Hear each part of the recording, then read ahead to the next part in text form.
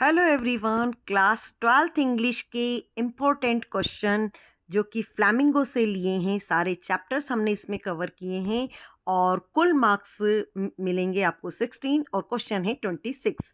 16 marks कैसे होंगे? 5 question पूछे जाते हैं 2 मार्क्स के, तो टोटल हुए 10 मार्क्स। और 3 मार्क्स के 2 क्वेश्चन पूछे जाते हैं तो टोटल होंगे 6 मार्क्स। इस तरीके से हमने शॉर्ट और लॉन्ग सभी क्वेश्चन को एक साथ कवर किया है। तो जल्दी से देखते हैं क्वेश्चन आंसर। पहला क्वेश्चन है, how did France feeling about mister हैमल and school change? France की फीलिंग मिस्टर हैमल और स्कूल के बारे में कैसे चेंज हुई? France felt sorry for not learning his lesson properly. France को बहुत बुरा लगता है कि उसने स्कूल में अपने ठीक से पढ़ाई नहीं की। जो सिखाया जा रहा था वो ठीक से उस समय वो नहीं सीख रहा था, इसलिए उसको बड़ा बुरा लगा। Question number 2, why did Franz not want to go school that day? Franz उस दिन स्कूल क्यों नहीं जाना चाहता था? Franz didn't want to go to school that day as he had not prepared his lesson on participles. Franz उस दिन school इसलिए नहीं जाना चाहता था क्योंकि उसने अपना पार्टिसिपल्स का लेसन तैयार नहीं किया था। जनरली बच्चे जब होमवर्क नहीं करते तो उनको स्कूल जाने का मन नहीं होता है। ठीक ऐसा ही फ्रांस को भी लग रहा था। Question number 3, how did the order from Berlin change the atmosphere in the school? Berlin से ऑर्डर आने के बाद स्कूल का माहौल कैसे चेंज हुआ? The order from Berlin bought all the routine hustle bustle of the school life to a stand still. जिस तरीके से हमेशा स्कूल में चहल पहल होती है, बच्चों का आना, चिल्लाना, दौड़ना, तो वो जो सारी चीज़ें थी वो सारी चीज़ें बंद हो गई थी और स्कूल का माहौल एकदम शांत हो गया था, सन्नाटा छा गया था। क्यों? क्योंकि ऑर्डर आ गया था कि अब सिर्फ जर्मन स्कूल में पढ़ाई जाएगी उनके यहाँ पर, तो इसलिए उनको बड़ा बुरा लग रहा था। The teacher became more sympathetic and the students became more attentive. Teachers भी बच्चों के साथ में बहुत अच्छे से ट्रीट कर रहे थे, बहुत ही सिंपैथेटिक हो रहे थे, क्योंकि जब बच्चे नहीं याद करते हैं तो कई बार टीचर को गुस्सा आता है, लेकिन वो गुस्सा उनको नहीं आ रहा था। और जो बच्चे हैं वो लापरवाही भी करते हैं सीखने में, लेकिन जब उनको पता है कि आज उनका लास्ट लेसन है तो वो बहुत अटेंटिव हो गए थे। अगला क्वेश्चन है, what had been put up on the bulletin board? Bulletin board पर क्या लिखा हुआ था? बुलेटिन बोर्ड यानी एक तरीके से जहां पर नोटिस सारा लिखा हुआ रहता है या न्यूज़ आती हैं, उस दिन क्या लिखा हुआ था? The bulletin board displayed the news that an order had come from Berlin to teach only German in the school of Alsace and Lorraine. तो बुलेटिन बोर्ड पर एक ये न्यूज़ लिखी हुई थी कि बर्लिन से ऑर्डर आया है कि इन दो शहर के स्कूल में सिर्फ जर्मन ही पढ़ाई जाएगी। अगला क्वेश्चन है, what did French see while he was going to school? French ने क्या देखा जब वो स्कूल जा रहा था? On his way to school French found that the birds were chirping and soldiers were drilling. तो रास्ते जाते समय उसने ये तो देखा कि पक्षियों की चहचहाट सुनी, और जो सोल्जर्स हैं जो ड्रिल करते हैं परेड के समय वो सुना उसने। और साथ ही देखा क्या? तो there was a crowd in front of the bulletin board, और उसने ये देखा कि बुलेटिन बोर्ड के आगे काफ़ी भीड़ लगी हुई है। अब question number 6, justify the title of the story the last lesson. ये बताएं कि ये जो शीर्षक है चैप्टर का लास्ट लेसन ये उपयुक्त है। तो आंसर है, the title the last lesson is appropriate because it was mister Hummels last lesson and also the last French lesson in the school. तो लास्ट लेसन इसका उपयुक्त शीर्षक है क्योंकि जो फ्रेंच पढ़ाते थे टीचर मिस्टर हैमेल, उनका उस स्कूल में लास्ट लेसन था और उस स्कूल में भी फ्रेंच पढ़ाए जाने का लास्ट फ्रेंच लेसन था। इस हिसाब से ये इसका शीर्षक पूरी तरह से उपयुक्त है। ये 6 क्वेश्चन आपके लास्ट लेसन चैप्टर के हैं। अगले क्वेश्चन हम देखते हैं, in the lesson the last spring who is Mukesh, what is his dream? अब ये लास्ट स्प्रिंग में मुकेश कौन है और उसका सपना क्या है? Mukesh is the son of a poor Bengal maker. जो मुकेश है वो चूड़ी बनाने वाले गरीब व्यक्ति का बेटा है। His dream is to be a motor mechanic, लेकिन वो बैंगल मेकर नहीं बनना चाहता, उसका सपना कुछ और है। वो चाहता है कि वो मोटर मैकेनिक बने। अगला क्वेश्चन है, why was Saheb unhappy while working at the tea stall? जब साहेब टी स्टाल पे काम करता था तो वो नाखुश क्यों था? आंसर है Saheb was unhappy while working at the tea stall because he lost his freedom. Now he is no more the master of himself. जब वो अपना बिजनेस करता है कोई तो वो खुद का मालिक स्वयं होता है, लेकिन जब नौकरी करने लगता है तो वो दूसरों का गुलाम हो जाता है. सेम ऐसा ही था, क्योंकि साहेब टी स्टॉल पर जब काम करता था तो उसने अपनी स्वतंत्रता खो दी थी. अब वो अपनी मर्जी का मालिक नहीं था, वो अब मालिक नहीं था, बल्कि उसको मतलब ऑर्डर को फॉलो करना रहता था, इसलिए वो नाखुश था.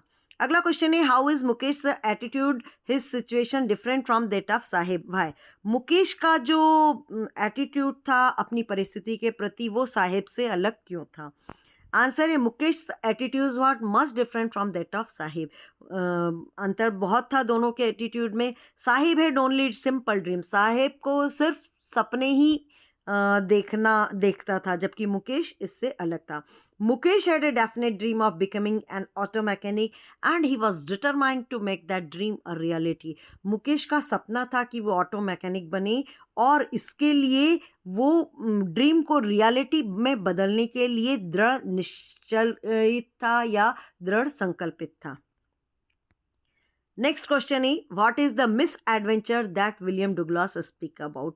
विलियम डुगलास ने किस मिस एडवेंचर के बारे में बात करी है. आंसर है Douglas refers to the incident at the YMCA swimming pool where he almost drowned as a misadventure. तो डुगलास अपनी उस घटना के बारे में बताता है जब वो YMCA के स्विमिंग पूल में लगभग डूब रहे थे, उसको उन्होंने एक मिस एडवेंचर बताया. अगला क्वेश्चन है why was Douglas determined to get over his fear of water. तो जिस तरीके से घटना घटी थी स्विमिंग पूल में कि वो डूब कर मरने से बचे, तो उसके बाद उनको डर पैदा हो गया था पानी से. लेकिन उन्होंने कैसे निश्चय किया और क्यों निश्चय किया उन्होंने कि वो अपने इस डर से निकलेंगे. Douglas was determined to overcome his fear of water because he wanted to enjoy boating, fishing, swimming.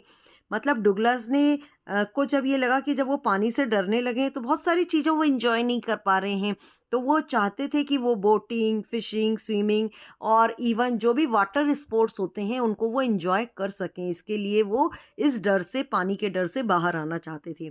How did Douglas overcome his fear of water. अब कैसे निकले वो अपने इस पानी के डर से बाहर. Douglas overcome his fear of water by taking swimming lessons from an instruction. उन्होंने क्या करा, डुगलास ने स्विमिंग लेसन अपने एक इंस्ट्रक्टर थे उनसे लेना शुरू किया ताकि वो उस पानी के डर से निकल सकें. अगला क्वेश्चन है why was the crafter so talkative and friendly with the peddler. Crofter peddler के साथ में इतना क्यों बात कर रहा था, इतनी क्यों फ्रेंडली था. The crofter was an old man without a wife और चिल्ड्रन. क्रॉफ्टर जो था वो एक बुजुर्ग व्यक्ति था, न उसकी पत्नी थी न वो बच्चे थे. He was happy to get someone to talk to in his loneliness. इसलिए अपने अकेलेपन में जब उसे कोई बात करने के लिए मिला तो वो बहुत खुश हुआ. So he welcome the peddler. इसलिए उसने पैडलर का स्वागत किया. Next question from where did the peddler get the idea that the world is a rat trap. कहाँ से पैडलर को ये आइडिया आया कि ये जो दुनिया है ये भी एक चूहे के जाल के समान है. The peddler had been thinking of his rat traps. जो पैडलर था वो अपने रैट ट्रैप्स को बेचता था, तो जब वो उसके बारे में सोच रहा था उसी समय उसको ये आइडिया आया कि दुनिया भी तो इसी तरीके से रैट ट्रैप है. अगला क्वेश्चन है why did the iron master speak kindly to the peddler and invited home. Iron master ने पैडलर से क्यों बहुत अच्छे से प्यार से बात करी और उसे घर बुलाया. आंसर है the iron master spoke kindly to the peddler because he had mistaken him for an old regimental comrade. Iron master ने पैडलर से बहुत अच्छे से बात इसलिए करी क्योंकि उसको ये गलत फहमी हो गई कि ये उसके साथ का ही कोई रेजिमेंट का साथी है. He invited the peddler to home because he wanted to help him in regaining his health. उसने पैडलर को अपने घर इसलिए बुलाया क्योंकि वो उसकी मदद करना चाहता था उसका, ताकि उसका स्वास्थ्य भी ठीक हो सके, उसको अच्छा फील हो सके, इसके लिए उसने उसको घर बुलाया. अगला क्वेश्चन है what cause the peddler to accept Edla Williamson's invitation. Peddler ने एडला विलियमसन्स का इनविटेशन क्यों स्वीकार किया. Edla assured the peddler that he would be free to leave whenever he wanted. तो एडला ने सबसे पहली बात कही, घर बुलाया, लेकिन साथ में ये भी कहा कि जब भी वो चाहेगा तो वो छोड़कर जा सकता है. Her friendliness made the peddler accept her invitation. उसको लगा कि उसका जिस तरीके का रवैया था फ्रेंडलीनेस का, तो उसको देख के वो खुश हुआ और उसने उसका इनविटेशन स्वीकार कर लिया उसके घर जाने का। अगला क्वेश्चन है, what made the peddler finally change his way? Peddler आखिरकार कैसे बदले? Edla's kind behaviour finally change him. किस वजह से बदला वो? एडला का जो सहानुभूति का रवैया था उससे वो चेंज हुए। She had treated him with respect, care and understanding. उसने, एडला ने पैडलर के साथ बहुत ही रिस्पेक्ट, केयर और अंडरस्टैंडिंग से व्यवहार किया। Earlier he had no friends और well wisher to steer him on the right path. तो शुरू में उसके पास में कोई ऐसा दोस्त नहीं था जो उसके साथ में अच्छे से बात कर सके या उससे सही रास्ता दिखा सके। आप बच्चों ये यहाँ पर आप हैड लिख देना। ही हैड, HAD, हैड आएगा यहाँ पर, हैड नो फ्रेंड्स। अगला है, why do you think the servant thought Gandhi ji to be another peasant? Gandhi ji जो सर्वेंट था उसको ऐसा क्यों लगा कि गांधी जी भी एक किसान हैं? आंसर है, Gandhi ji was the companion of a peasant and also clad in a simple dhoti. Gandhi ji एक तो पहली बात किसान के साथ थे और उन्होंने साधारण सी धोती भी पहन रखी थी, इसलिए सर्वेंट को लगा कि गांधी जी भी एक किसान हैं। Why is Rajkumar Shukla described as being resolute? Rajkumar Shukla को बहुत ही दृढ़ निश्चय क्यों बताया गया है? Rajkumar Shukla is described as being resolute because even after knowing that Gandhi ji is busy he doesn't quit. Rajkumar Shukla को दृढ़ निश्चय इसलिए बताया है क्योंकि ये जानने के बावजूद भी कि गांधी जी व्यस्त हैं, उसने अपना इरादा नहीं छोड़ा। He followed Gandhi ji everywhere and backed him to come to his district. वो तो गांधी जी जहाँ जाते थे वहाँ पहुँच जाते थे शुक्ला जी, और उनसे रिक्वेस्ट करते थे कि वो उनके डिस्ट्रिक्ट चलें। How was Gandhi able to influence lawyers? Gandhi ji ने लॉयर्स को कैसे इन्फ्लुएंस किया? Gandhi ji was able to influence the lawyers through his conviction, earnestness and pertinent questioning. तो चूंकि वकील लोगों को इतनी आसानी से प्रभावित नहीं किया जा सकता, तो गांधी जी ने अपनी कन्विक्शन, अर्नेस्टनेस और पैशन लगातार उनसे प्रश्न पूछकर और उनको ये सोचने पे मजबूर किया। अब अगला है, what work did the office boy do in the Gemini studio? Gemini studio में ऑफिस बॉय क्या करता था? ऑफिस बॉय जो क्राउड प्लेयर हैं, जो भीड़ होती है, उन पर मेकअप लगाता था। Why is pancake related to Gemini Studio? Pancake Gemini Studio से क्यों रिलेटेड है? Pancake refers to the brand of makeup material that Gemini Studio bought in truckloads. तो पैनकेक जो है एक मेकअप मटेरियल के ब्रांड का नाम है जो जेमिनी स्टूडियो में पूरे ट्रक भर भर के आया करता था। अगला क्वेश्चन है, in the poets and pancakes what do pancakes refers to? ये जो चैप्टर है पोएट्स एंड पैनकेक्स, इसमें पैनकेक का क्या मतलब है? आंसर है, pancake refers to the popular brand of makeup material. Pancake refer करता है एक पॉपुलर ब्रांड मेकअप के ब्रांड का रेफर करता है। अगला क्वेश्चन है, what are some of the positive views on interview? ये एकमात्र क्वेश्चन लिया है हमने इस चैप्टर का कि इंटरव्यू के क्या पॉजिटिव व्यूज हैं। It brings to us the truth about people and events. क्योंकि इंटरव्यू के क्या लाभ हैं?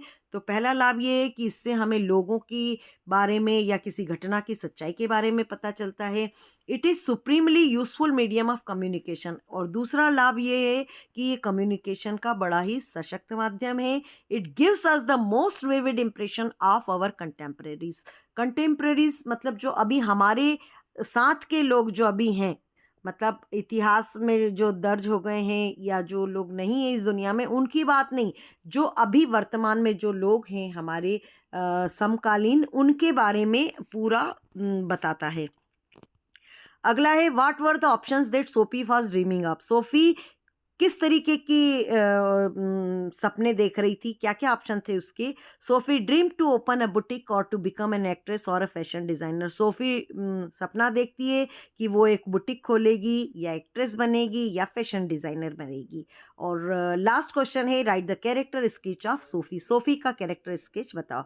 तो सोफी क्या थी? Sophie was a dreamer who enjoyed creating her own fantasy world using her imagination. Sophie बड़ी ही सपने देखती रहती थी और अपना ही सपनों का मायाजाल बुन लेती थी, कल्पनाशीलता में जीती थी। Sophie dream to open a boutique और टू बिकम एन एक्ट्रेस और अ फैशन डिज़ाइनर।